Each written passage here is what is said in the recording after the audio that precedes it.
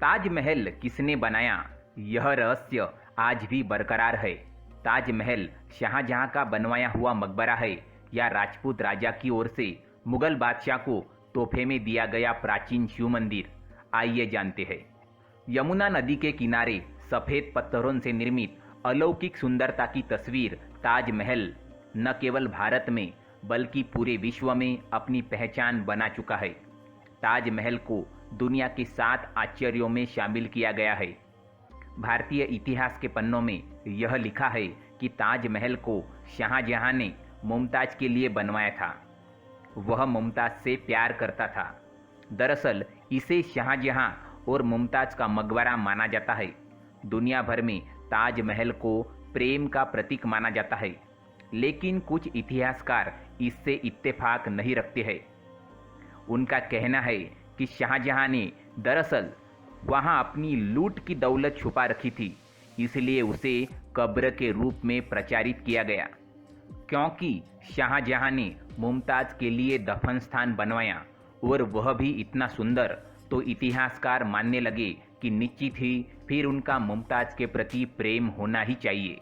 तब तथाकथित इतिहासकारों और साहित्यकारों ने इसे प्रेम का प्रतीक लिखना शुरू कर दिया और दुनिया भर में ताजमहल प्रेम का प्रतीक बन गया। यह झूठ आज तक जारी है। मुमताज से विवाह होने से पूर्व शाहजहां के कई अन्य विवाह हुए थे। अंततः मुमताज की मृत्यु पर उसकी कब्र के रूप में एक अनोखा खर्चीला ताजमहल बनवाने का कोई कारण नजर नहीं आता। मुमताज किसी सुल्तान या बादशाह की बेटी नहीं थी। उसे किसी विशेष प्रकार के भव्य महल में दफनाने का कोई कारण नजर नहीं आता। उसका कोई खास योगदान भी नहीं था। उसका नाम चर्चा में इसलिए आया क्योंकि युद्ध के रास्ते के दौरान उसने एक बेटी को जन्म दिया था और वह मर गई थी। इतिहासकारों के अनुसार ताजमहल के हिंदू मंदिर होने के 700 से अधिक सबूत मौजूद है।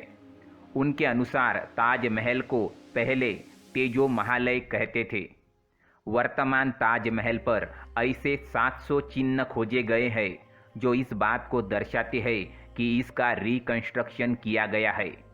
ताजमहल में तेज लिंग प्रतिष्ठित था, इसलिए उसका नाम तेजो महालय पड़ा था। तेजो महालय उर्फ ताजमहल को नागनाथेश्वर के नाम से जाना जाता था। यह मंदिर विशालकाय महल क्षेत्र में था। दरअसल ऐसा माना जाता है कि ताजमहल का निर्माण साल 1631 में शुरू करवाया गया था और साल 1653 में बनकर तैयार हुआ, और इसे आज भी निर्माण कुशलता का एक विशाल नमूना कहा जाता है। शोधकर्ताओं ने इस पर कई शोध किए और उनका मानना है कि ताजमहल के नीचे 1000 से भी ज़्यादा कमरे हैं। उनका मानना है कि ताजमहल जितना ऊंचा है, यह धरती के अंदर भी उतनी ही गहराई तक बनाया गया है। उस जमाने में कोई भी किला बनाया जाता था तो उसमें बाहर निकलने का रास्ता भी बनाया जाता था, और ऐसा ही ताजमहल के अंदर भी है। इसके नीचे से एक रास्ता भी है जो कहीं बाहर निकलता है, लेकिन और रहस्यमयी तहखानों की तरह उस रास्ते को भी शाहजहां के समय से ही बंद करवा दिया गया। ताजमहल के नीचे इन कमरों को ईंटों से बंद करवाया गया, लेकिन शोधकर्ताओं का मानना है कि जिन ईंटों से तहखाने को बंद किया गया है, इन ईंटों का निर्माण इन कमरों के बाद किया गया। लेकिन आखिर क्या वजह थी जो इन कमरों को बनाने के बाद इन्हें बंद करना पड़ा? कुछ पुरातत्व विज्ञान और शोधकर्ताओं की इस पर अलग अलग राय है। कुछ का मानना है कि इन तहखानों में मुमताज महल की कब्र को रखा गया है और उन कमरों को सरकारी तौर पर बंद किया गया है। लेकिन ऐसा क्यों किया गया है, इसकी पूरी जानकारी किसी के पास भी नहीं है। कुछ पुरातत्व शास्त्री और लेखकों का यह मानना है कि इस जगह पर पहले शिव मंदिर था और उसे तेजो महालय कहा जाता था। बाद में उसके ऊपर ताजमहल का निर्माण करवाया गया, इसलिए यह तहखाने ताजमहल से भी पुराने हैं। लेकिन अब एक नई बात सामने आ रही है, जिसके अनुसार ताजमहल के नीचे इन तहखानों में कीमती खजाने भी हो सकते हैं, क्योंकि मेटल डिटेक्टर से इनके नीचे कई तरह की धातुएं होने की पुष्टि हुई है।